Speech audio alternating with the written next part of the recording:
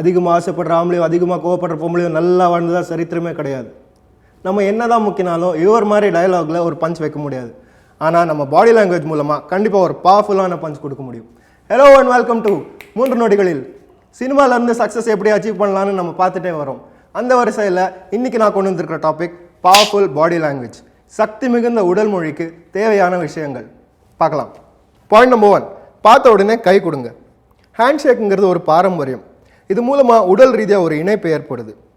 மக்கள் உங்களை ரொம்ப நாள் நினைவில் வச்சுக்கணுன்னா ஒரு நல்ல ஃபேமான ஹேண்ட்ஷேக் கொடுங்க.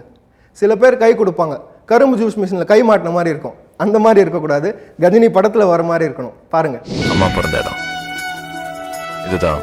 ஏர்வாய்ஸ் மொபைல் கம்பெனி என்னோட ஆஃபீஸ்.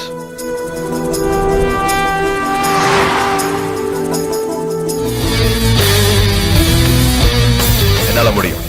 தன்னம்பிக்கைன்னு சொல்றது தன்னம்பிக்கை. என்னால மட்டும்தான் முடியும். Point number 2, smile. ஒருத்தரை பார்த்த உடனே ஸ்மைல் பண்ணுங்க. அது ஒரு தோழாண்மை உணர்வை ஏற்படுத்துது. ஒரு நல்ல புன்னகை உங்களை ஈஸியாக அணுகக்கூடியவர், கண்டிப்பாக நம்பக்கூடியவர்னு எடுத்துக்காட்டுது. நீங்கள் ஒருத்தரை பார்த்து ஸ்மைல் பண்ணிங்கன்னா கண்டிப்பாக பதிலுக்கு அவங்களும் உங்களை பார்த்து ஸ்மைல் பண்ணுவாங்க. இது பஸ் ஸ்டாண்டில் நின்று ட்ரை பண்ணால் ஒர்க் அவுட் ஆகுமா இல்லையான்னு எனக்கு தெரியாது. ஆனால் பாஸ் என்கிற பாஸ்கரன் படத்தில் கண்டிப்பாக ஒர்க் அவுட் ஆயிருக்கு. பாருங்க.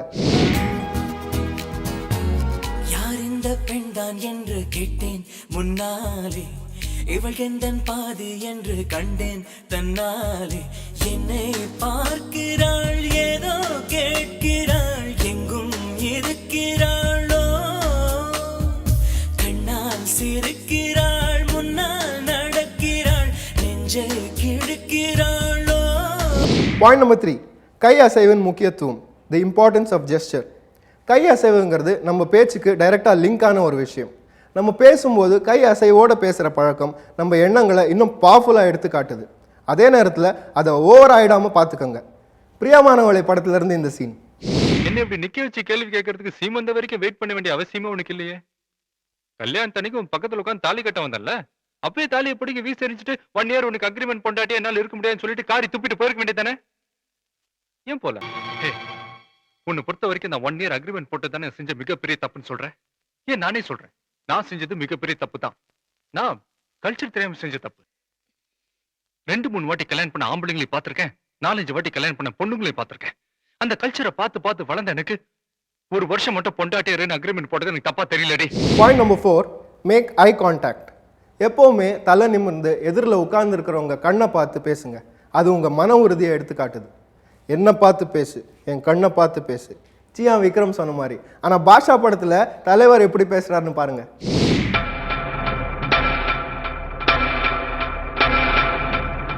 இது பாரு பாஷா, வீடு 2 பட்டா அது பங்காளிக்கு கொண்டாட்டம்னு சொல்லுவாங்க. நமக்குள்ள ஒரு சண்டைன்னா அது போலீஸ்காரங்களுக்கு தான் லாபம்.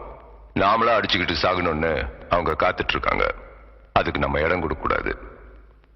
இனிமே பாஷா ஆண்டனி 2 பேரும் எதிரிகள் இல்ல, நண்பர்கள்.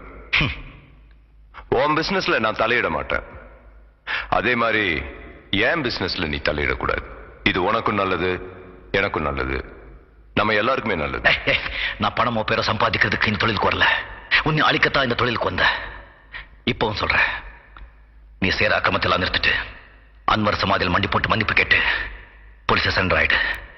இல்லைன்னா கண்மறியா எங்கேயாவது ஓடி போயிடு. நான் உன்னை விட்டுடுறேன். இந்த அரசியல் விளையாட்டுல என்கிட்ட வச்சுக்காத. Look here.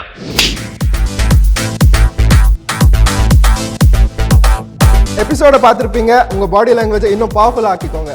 இந்த வீடியோவை லைக் பண்ணுங்கள், ஷேர் பண்ணுங்கள், கமெண்ட் பண்ணுங்கள். நம்ம சேனல் 3 நொடிகளுக்கு சப்ஸ்கிரைப் பண்ணுங்கள். அடுத்த எபிசோடோட நான் வரேன். அது வரைக்கும் பாய்.